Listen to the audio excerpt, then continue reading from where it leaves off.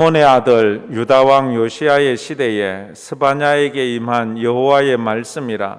스바냐는 히스기야의 현손이요 아마랴의 정손이요 그다랴의 손자요 구시의 아들이었더라.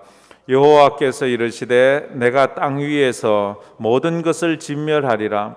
내가 사람과 짐승을 진멸하고 공중의 새와 바다의 고기와 거치게 하는 것과 악인들을 아울러 진멸할 것이라. 내가 사람을 땅 위에서 멸절하리라. 나 여호와의 말이니라. 내가 유다와 예루살렘의 모든 주민들 위에 손을 펴서 남아있는 바알을 그곳에서 멸절하며 그마림이라는 이름과 및 그 제사장들을 아울러 멸절하며 또 지붕에서 하늘의 무별에게 경배하는 자들과 경배하며 여호와께 맹세하면서 말감을 가리켜 맹세하는 자들과 여호와를 배반하고 따르지 아니하는 자들과 여호와를 찾지도 아니하며 구하지도 아니한 자들을 멸절하리라.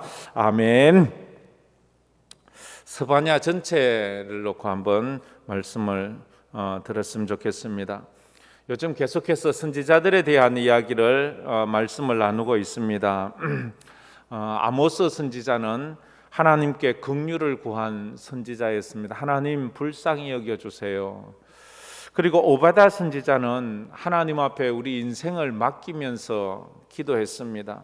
자기 삶에 일어나는 모든 것들을 하나님께 맡겼어요. 그리고 나훔 선지자는 위로의 기도자였어요. 그의 기도는 위로가 되었고 그의 이름대로 그는 위로의 사람이 되었습니다. 오늘은 스바냐 선지자를 보면서 여호와의 날을 고대하고 고대하는 기도의 사람 스바냐를 우리가 생각해 보았으면 좋겠습니다. 스바냐는 우리가 읽은 1절 말씀에도 나오듯이 그의 족보를 쫙 소개를 하고 있습니다. 이 스바냐는 그 위대한 히스기야 왕의 4대 손입니다. 왕족 출신이지요.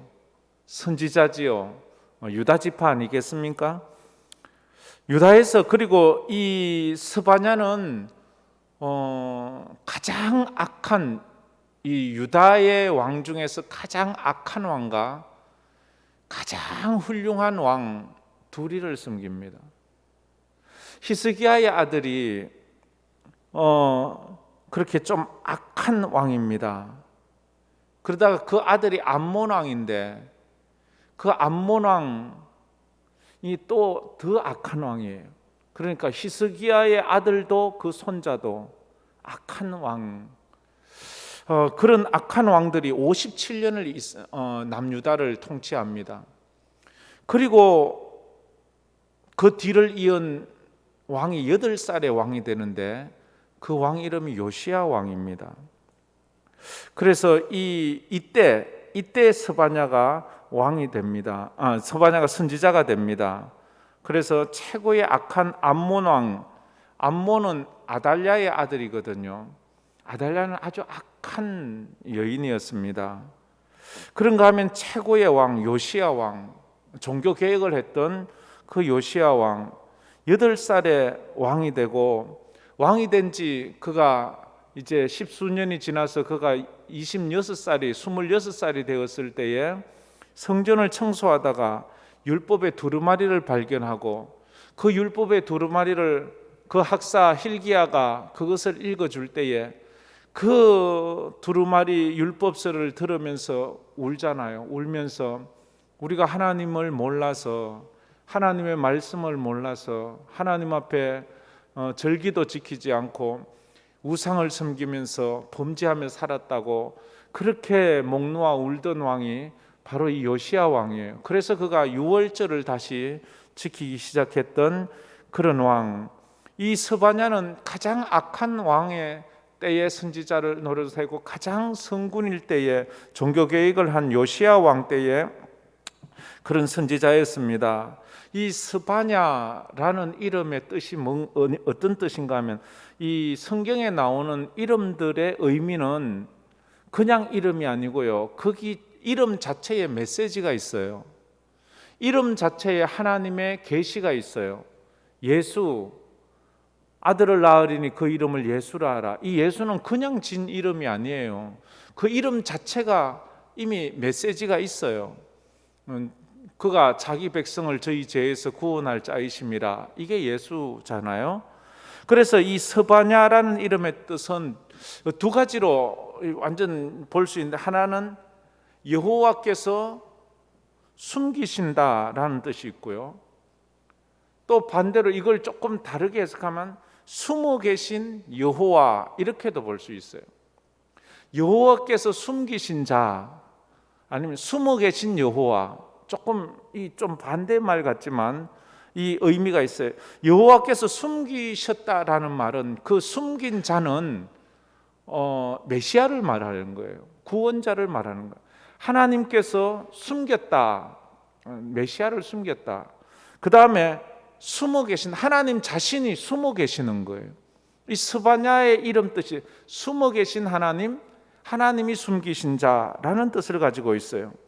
그래서 이 성경의 이름은 영적인 의미를 가지고 있어요. 그래서 이 이름만 잘 해석해도 우리가 그를 통한 메시지를 거의 이해할 수가 있습니다. 그런데 여기서 보면 숨어 계신 하나님, 하나님이 왜 숨으시지? 하나님이 숨으실 수가 있나? 하나님이 숨기시는 자, 하나님이 사람을 왜 숨기지? 그 의미가 무엇일까? 스바냐서를 보면서 그 말씀들을 한번 풀어갔으면 좋겠습니다. 스바냐는 먼저 그가 간절히 기도를 하는데, 그 기도의 내용이 바로 이 숨어 계신 하나님을 찾으려고 해요. 첫째는 숨어 계신 하나님을 찾고, 둘째는 숨어 있는 여호와의 나를 발견하기를 원해요. 하나님을 찾고 하나님의 나를 발견하기를 원해요. 성경은 우리에게 하나님을 찾으라고 말합니다. 간절히 하나님을 찾으면 만나 주신다고 말합니다. 이 말은 무슨 말이에요? 하나님이 숨어 계실 때가 있다는 말이에요. 너희들이 찾으라, 이사야 55장에도 너희는 여호와를 만날 만한 때에 찾으라, 가까이 계실 때에 그를 부르라, 여호와를 찾으라, 이렇게 말해요. 오늘도 우리가 하나님을 찾으려고 나왔어요. 하나님을 만나려고 나왔어요. 그 하나님, 그런데 그 하나님께서는 우리가 찾으면 만나 주신다고 말해요. 찾으면 하나님은 우리를 만나 주신다. 반대로 뭐예요? 찾지 않으면 만나 주지 않는다라는 거예요. 오늘도 누군가에겐 하나님이 만나 주세요. 근데 누군가에겐 하나님이 만나 주시지 않아요. 하나님은 범죄한 인간에게는 보이지 않아요. 들리지 않아요. 만날 수 없어요. 범죄한 인간이 그 하나님을 만나면, 하나님을 보면 그 자리에서 죽어요. 거룩하신 하나님의 존재 자체가, 이 죄지은 우리가 하나님 앞에 나가는 즉시 우리는 죽게 되어 있으니까, 그래서 하나님은 숨어 계실 수밖에 없는 환경이 있어요. 그래서 하나님은 누군가를 숨길 수밖에 없는, 하나님의 영광을 가릴 수밖에 없는 그런 분이세요. 분명한 사실은 하나님께서 때때로 아무리 찾아도 만날 수 없게 꼭꼭 숨어 계실 때가 있다는 거예요. 분명히 계신데 하나님이 마치 안 계신 것처럼 꼭꼭 숨어 계시고 침묵하실 때가 있는 거예요. 바로 그때가 얼마나 고통스러운데, 지금 스바냐 선지자가 요시야 왕이 종교 개혁을 하기 전까지 그 악한 왕들이 그 땅을 통치할 때에, 그때는 하나님이 안 계신 것 같아요. 하나님이 숨어 계신 것 같아요. 온갖 악행을 행하고 하나님의 성전까지 들어와서 우상의 전을 만들고 하나님의 선지자들을 다 쫓아내고 하나님의 율법을 완전히 무시하는데도 하나님은 아무런 반응도 하지 않아요. 하나님이 없는 것 같아요. 하나님은 완전히 숨어 계신 것 같아요. 그럴 때 너무너무 고통스럽잖아요. 하나님을 아무리 불러도 찾을 수 없고 하나님께 아무리 부르짖어도 만나주시지 않을 그때에, 이럴 때 우리는 어떻게 해야 합니까? 숨어 계신 그 하나님, 하나님이 숨기신 그 메시아를 우리가 찾아야지요. 그 찾는 방법이 뭐예요? 이 스바냐를 통해서 배울 수 있는 기도를 통해서 배우는, 너는 내게 부르짖어라, 내가 내게 응답하겠고 부르짖으면 하나님이 응답하시고 하나님은 만나주시고 하나님은 축복해 주시는 거예요. 이 코로나 때에 어쩌면 우리가 이런 생각이 들 수가 있어요. 하나님 진짜 계세요? 하나님 왜 숨어 계세요? 하나님 왜 아무 말씀도 안 하세요?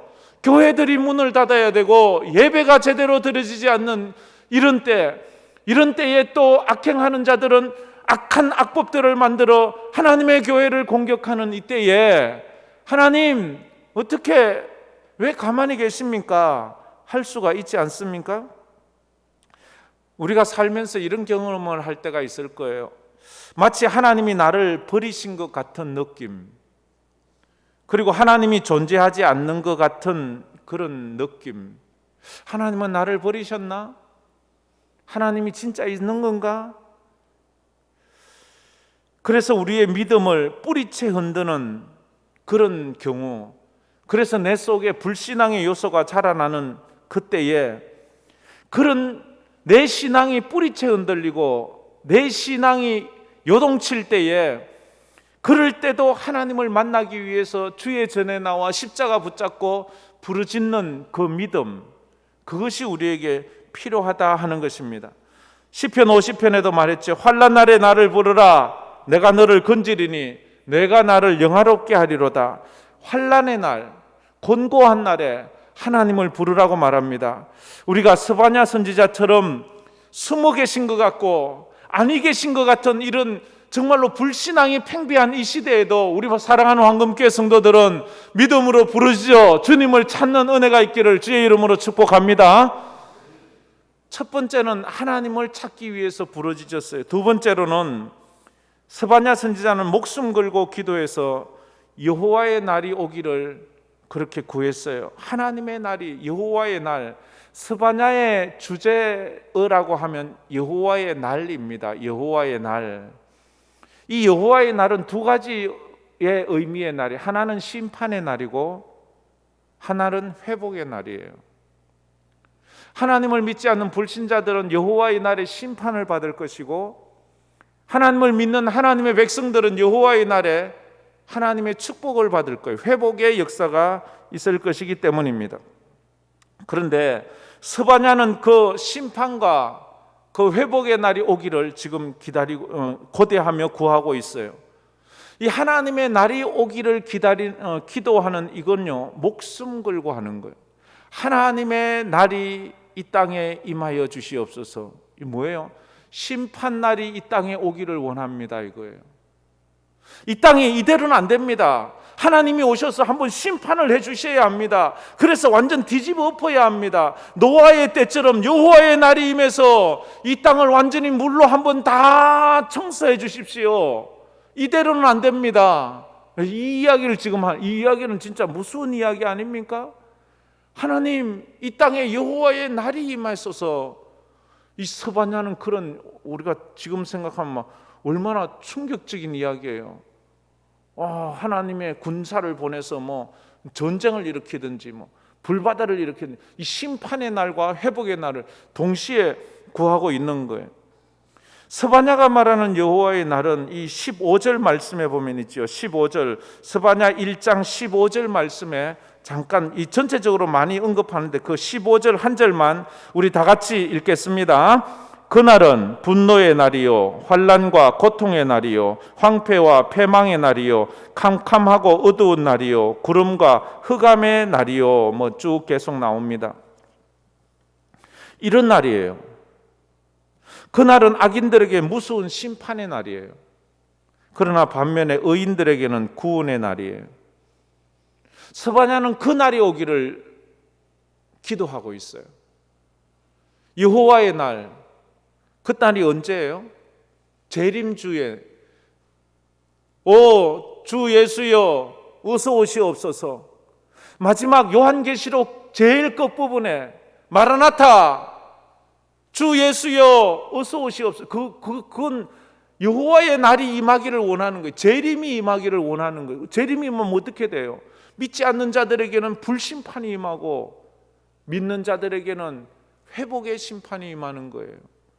지금 스바냐의 기도가 이 요한계시록 마지막에 나와 있는 마라나타, 하는 그 이야기를 지금 하고 있는 것입니다. 기도는 단순히 우리가 필요한 것을 하나님께 구해서 응답받는 것을 의미하지는 않습니다. 그것만 의미하지는 않아요. 내가 구하는 것을 단순히 응답받기를 원해서 기도하는 그 수준은 아직 얕은 수준의 기도라고 할 수 있어요. 진정한 기도는 어떤 기도인가 하면 하나님이 이곳에 오셔서 하나님의 나라를 이루시고 나를 통치해 주옵소서.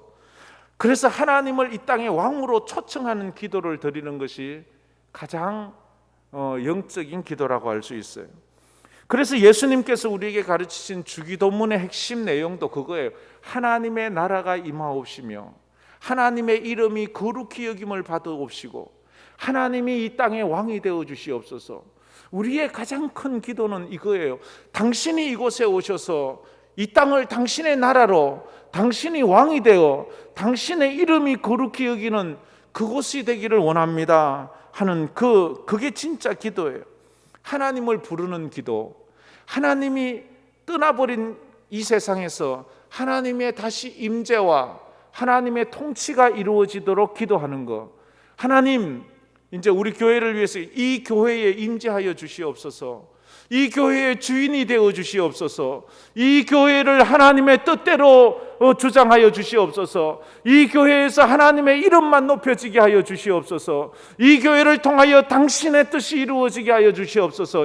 이게 가장 강력한 기도예요. 이 교회에서 뭐 부자들 많이 나오게 해주세요. 뭐 병 고치게 해주세요. 이건 그 다음에 좀 얕은 수준의 기도가 아닙니까? 우리가 오늘 기도할 때에 여러분 개인과 여러분 가정과 우리 교회와 이 나라, 이 민족, 이 지구를 위해서 기도할 때 하나님을 초청하는 기도를 해보십시오. 하나님, 이 지구에 당신이 임재하여 주시옵소서. 당신이 왕으로 통치하여 주옵소서. 지금 사단마귀가 보낸 이 코로나가 왕인 것처럼, 코로나의 모양이 왕관이 되어 있지 않습니까? 왕관? 지가 왕인 것처럼 뭐 큰 소리 치고 지금 뭐 온 인류를 갖다가 벌벌 떨게 하고 있는데, 하나님, 당신이 왕입니다. 당신이 임하셔서 저 코로나 다 물리쳐 주시고 당신의 나라를 만드십시오. 당신의 이름에 거룩함이 여기지게 하시고 당신의 뜻이 이루어지게 해 주십시오. 우리가 이렇게 기도해야 돼요. 내 삶에, 우리 가정에, 우리 이 교회에, 이 나라에, 이 지구에 우리가 기도하는 것이 바로 그것입니다. 그래서 숨어 계신 하나님을 찾는 기도, 이건 목숨을 건 기도입니다. 왜냐하면 그분이 내게 나와서 나를 만나면 내가 죽을 수 있으니까요. 내가 하나님의 존재 내에서 살아남을 수 있는 존재가 아니잖아요. 나라는 존재는, 인간이라는 존재는 다 죄인이기 때문에 하나님 앞에 서면 우리는 다 죽어야 돼요. 그런데 그 하나님이 이곳에 오도록 기도하는 것은 내가 죽어도 좋사오니 하나님 이곳에 오십시오 하는 목숨을 걸고 기도하는 것입니다. 죽을 각오 없이 하나님을 찾을 수 없고 찾아서도 안 되는 거예요. 그렇게 우리가 부르짖어 하나님을 찾으면 하나님께서 오셔서 모세를 덮어주시고 모세의 그 눈을 가려주시고 은혜 베풀어 주시는 것처럼 우리를 예수의 옷으로 입혀주시고 십자가 보혈로 덮어주셔서 우리에게 은혜를 베푸시는 것 아닙니까? 그래서 우리 인간의 눈으로 하나님을 보면 죽기 때문에 하나님께서 하나님으로 오시는 것이 아니라 인간의 육신을 입고 오셔서 우리가 그 하나님을 만나고 그 하나님과 함께 더불어 지내도 우리가 상하지 않은 예수께서 성육신에서 이 땅에 오신 거 아니에요? 그래서 그 은혜가 우리를 살리는 것 아니에요? 그 은혜로 나가는 거예요. 근데 영적으로 어두운 우리는 하나님이 인간의 옷을 입고 오니까 하나님인지 모르고 인간 대접을 하고 인간처럼 치부하고 인간처럼 그를 무시했다 하는 것입니다. 이렇게 죽음을 각오하고 여호와의 날을 구하는 스바냐였습니다. 목숨을 걸고 이 나라와 이 민족에 하나님의 나라가 임하기를 기도할 그런 사람이 필요합니다. 모세는 목숨을 걸고 자기 민족을 위해서 기도했어요. 바울도 목숨을 걸고 자기 민족을 위해서 기도했어요. 예수도 목숨을 걸고 자기 하나님의 백성을 위해서 기도해요. 아버지여, 내 원대로 마옵시고 아버지 원대로 하옵소서. 이것이 십자가를 지는 것이 아버지의 백성을 위한 길이라면 제가 이 길을 가겠습니다. 여호와의 날이 임하기를 원하는 거예요. 심판의 날이 임하기를 원하는 거예요. 이 땅의 모든 죄를 부수고라도 심판을 하셔야 된다면 심판을 하십시오. 그래서 그곳이 하나님의 나라가 될 수만 있다면 이 땅을 완전히 뒤엎어서라도 하나님, 이 땅에 하나님의 나라가 임하게 하여 주옵소서, 이 이야기를 하고 있는 것입니다. 쉽게 말하면 우리 몸에 병이 있어요. 그런데 한쪽 팔을 끊으면 내가 살 수 있대요. 그럼 여러분 어떻게 할 겁니까? 한쪽 팔을 끊으면 내가 살 수 있고 안 끊으면 죽는 거예요. 근데 이게 말이 쉽지요. 한쪽 팔을 끊는다니 그래 쉬운가요? 근데 살기 위해서는 선생님 의사 보고 내가 한쪽 팔이 없는 불구가 된다 할지라도 이걸 끊어주세요. 내가 살 수만 있다면 이렇게 말하지 않아요? 이게 스바냐의 말이에요. 하나님이 임재하셔서 이 땅의 모든 죄악을 심판하실 때 이 땅을 쑥대밭이 만들 그런 상황이 된다 할지라도 주님 그렇게 하십시오. 그렇게 해서라도 이 민족이 다시 회복할 수만 있다면 하나님 그렇게라도 하십시오. 그래서 결국 하나님 그렇게 해요. 그래 이 민족이 심판을 받아 하나님의 백성이 될 수 있다면 그러면 아수르가 쳐들어와서 포로 삼아도 되고 바벨론이 쳐들어와서 이 땅을 쑥대밭으로 만들고 하나님의 성전을 불태우고 하나님의 백성들을 무수히 죽이고 포로 되어 간다 할지라도 그렇게 할래? 예, 그렇게라도 해서라도 이 민족을 살려주십시오. 이 민족을 살려주십시오. 지금 이 기도를 하는 거예요. 무서운 기도 아닙니까? 아이고 하나님 그거 안 돼요. 그러면 그러지 마세요. 근데 그렇게 하기엔 이미 늦었어요. 노아 때에는 온 세상을 물에 잠그어야지만 노아의 8 식구 외에는 누구도 살아날 수 없을 정도로 심판받아야지만 이 땅이 다시 한번 하나님의 나라가 될 수 있다고 하니 하나님 그럼 그렇게라도 해서라도 이 땅을 하나님의 나라로 삼아 주십시오. 여러분 이런 기도할 수 있습니까? 내 자식이 저렇게 개망나니처럼 살아갑니다. 저놈 두들겨 패서라도 하나님의 백성이 될 수 있다면 그렇게 하십시오. 이거 아무나 못하는 겁니다. 피눈물 흘리게 하는 것입니다. 가슴을 쥐어짜면서 하는 거예요.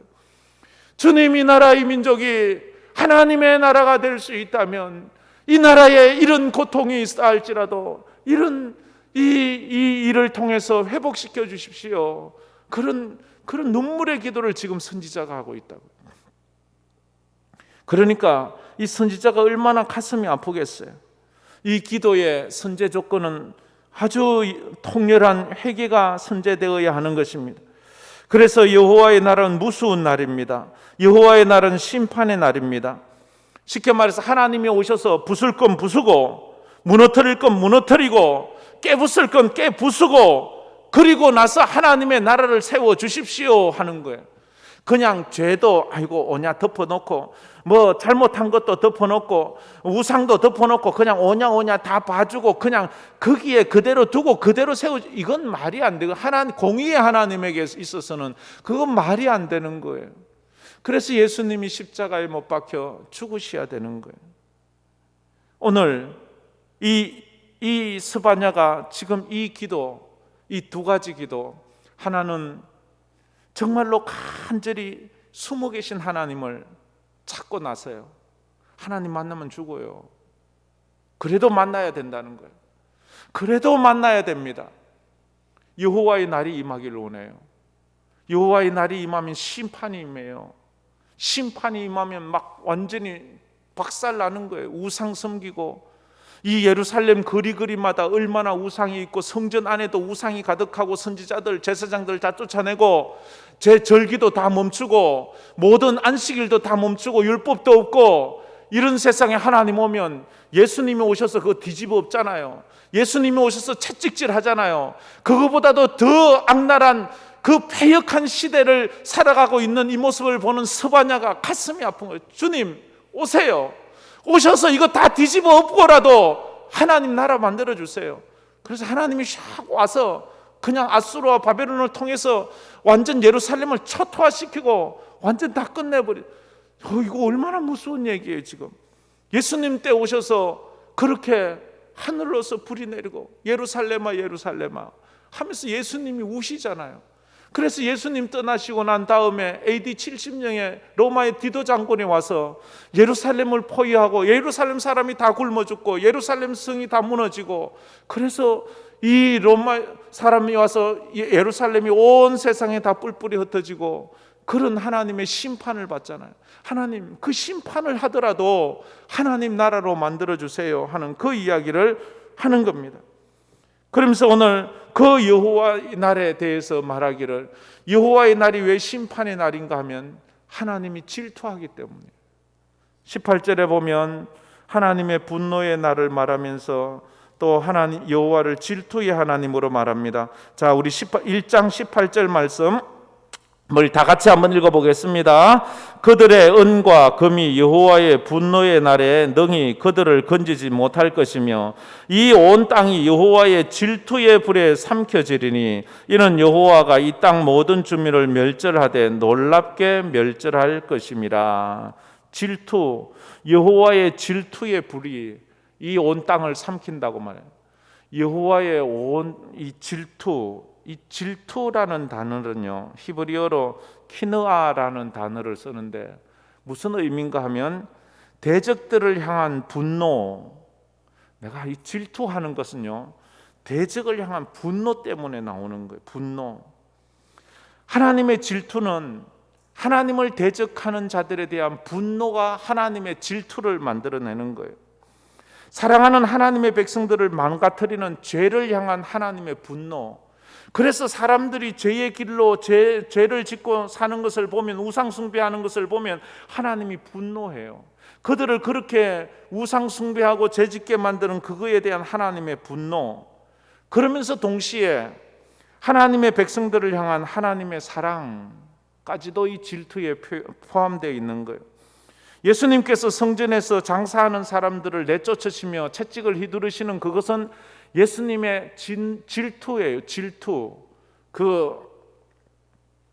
이 백성을 그렇게 만드는 사단 마귀에 대한 분노와 그 길로 가고 있는 하나님의 백성에 대한 사랑의 감정이라고 할 수 있어요. 그런데 이사야 선지자는 이 질투를 하나님의 열심으로 표현을 하고 있어요. 질투하신다 이렇게 하지 않고 하나님은 열심이시다 이렇게 말해요. 그래서 이 하나님의 질투가 하나님의 아들을 보내요. 하나님의 열심으로 그 범죄한 이 땅을 위해서 하나님의 아들을 보내신다고 이사야서에 예언을 해요.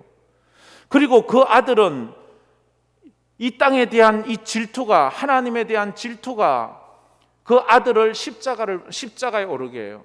예수님이 십자가에 오르신 것은 사단 마귀에 대한 분노, 죄의 길로 가고 있는 하나님의 백성들에 대한 연민의 마음, 이 질투가 열심이에요. 그래서 하나님의 질투와 열심이 그 아들을 보내시고 그 아들의 질투와 열심이 십자가에 올라가셔서 죽게 만드는 그런 것. 우리는 이 땅을 살아가면서 우리가 하나님의 교회를 바라보면서 여러분은 어떤 질투가 있나요? 여러분은 어떤 열심이 있습니까? 하나님의 백성들이 죄의 길로 가고 하나님을 섬기지 않는 저것을 보면서 여러분 마음속에 질투가 나지 않습니까? 열심이 나지 않습니까? 그것을 보고 견딜 수 없는 마음, 그것을 놓고 기도를 하고 있는 거예요. 인생을 살면서 가장 한심하고 심각한 것은 실패가 아니랍니다. 어떤 사람을 보면서 가장 한심하고 심각한 것은 그 사람이 하는 것마다 못하는 게 아니고 그 사람이 아무것도 안 하고 있는 거랍니다. 아무것도 하지 않고 그 사람이 전혀 변화되지 않는 것, 그게 하나님 앞에서는 아주 심각하고 큰 문제라는 거지요. 이처럼 신앙생활을 하는 데 있어서도 가장 심각한 문제는 그가 자꾸만 넘어지고 실패하는 것이 큰 문제가 아니고 그가 하나님 앞에서 아무것도 하지 않고 아무런 변화도 없이 살아가는 거, 그게 가장 큰 문제라는 거예요.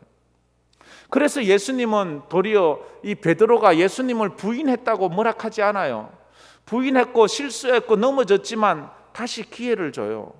그러나 아무것도 하지 않고 변화되지 않는 사람에게는 기회조차 주지 않는 것을 볼 수가 있어요.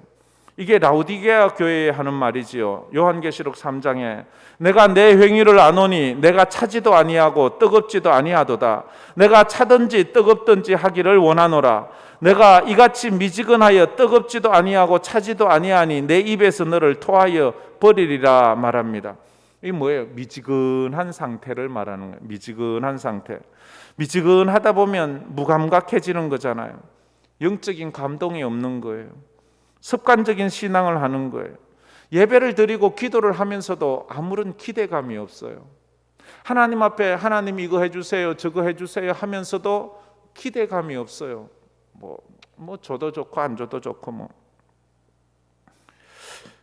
무감각해지는 거, 그게 문제라는 거예요. 신앙의 열정이 사라지는 거예요. 그래서 언제나 하나님께서 숨으실 때는 사람들이 무감각해지고 열정이 사라질 때 하나님도 사라진다는 거예요.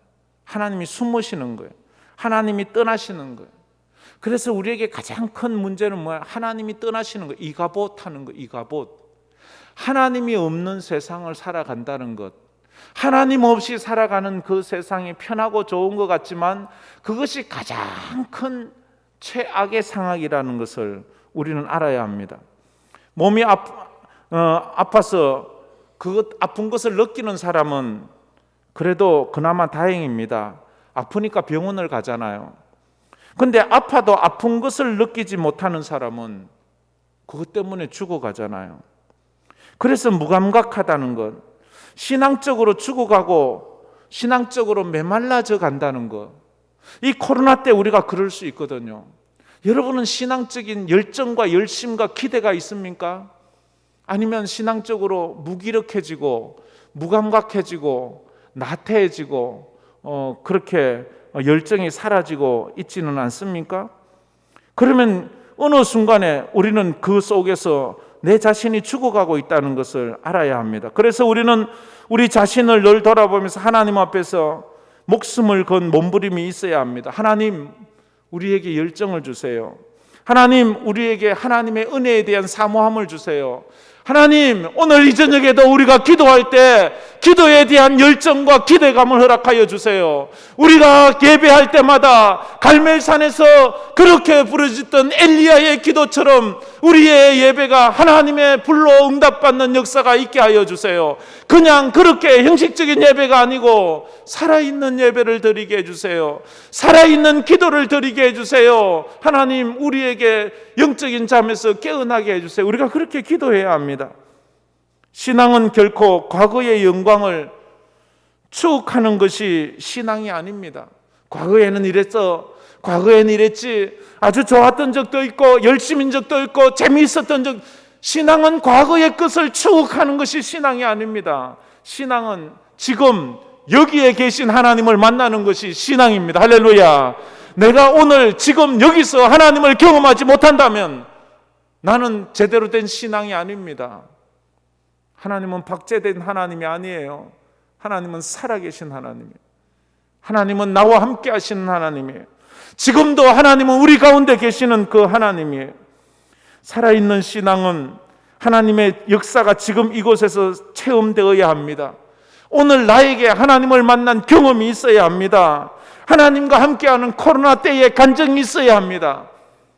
그래서 누가 뭐라고 해도 어떤 삶이 있어도 하나님에 대한 믿음은 변하지 않아야 되는 것입니다. 그래서 우리가 구해야 됩니다. 주여, 다시 한번 우리를 뜨겁게 해 주옵소서. 주여, 다시 한번 우리에게 열정을 허락하여 주시옵소서. 주여, 다시 한번 우리에게 기도에 대한 믿음을 허락하여 주시옵소서. 하나님 주신 사명에 목숨을 걸게 해 주옵소서라고 그렇게 기도해야 돼요. 스바냐는 숨어 계신 하나님을 목숨 걸고 찾아 백성 가운데 다시 임재하기를 원하는 초청하는 하나님의 임재를 초청하는 기도를 드려요. 하나님, 다시 이 황금교회 이 예배에 하나님 오시옵소서. 우리의 예배가 그 옛날 예배 때마다 감격의 눈물이 있고 예배 때마다 하나님의 응답의 역사가 있었는데 주여, 코로나 때 냉랭합니다. 다시 오시옵소서. 다시 오시옵소서. 다시 오시기 위해서 주님이 비록 우리의 삶을 다 부수어야 된다 할지라도, 우리의 삶을 불태운다 할지라도 주님 그렇게 해서라도 다시 오시옵소서. 바로 그것이 여호와의 날입니다.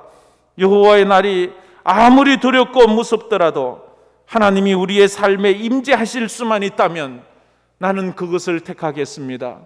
하나님을 만날 수만 있다면, 나는 하나님의 임재 가운데 살아갈 수만 있다면 그렇게 살아야 돼. 이 스바냐의 기도가 아주 엄청난 기도를 하고 있는 거예요. 그렇게 막 기도하니까 하나님께서 응답을 주시는데요, 그 응답이 스바냐서의 가장 중심 구절이에요. 스바냐서 3장 17절이에요. 스바냐서 3장 17절 우리 다 같이 한번 읽어보겠습니다. 너의 하나님 여호와가 너의 가운데 계시니 그는 구원을 베푸실 전능자이시라. 그가 너로 말미암아 기쁨을 이기지 못하시며 너를 잠잠히 사랑하시며 너로 말미암아 즐거이 부르며 기뻐하리라 하리라. 아멘. 너의 하나님 여호와가 너의 가운데 계시니. 지금 하나님이 숨어 계시잖아요. 하나님이 안 계신 것 같잖아요. 그래서 하나님 오시옵소서, 하나님 오시옵소서 그렇게 목숨 걸고 기도했는데 하나님의 응답이 그래요. 너의 하나님 여호와가 너의 가운데 계시잖아. 할렐루야. 하나님이 여기 계시대요. 할렐루야. 하나님이 안 계신 줄 알았는데 하나님이 계시대요. 그는 구원을 베푸실 전능자시라.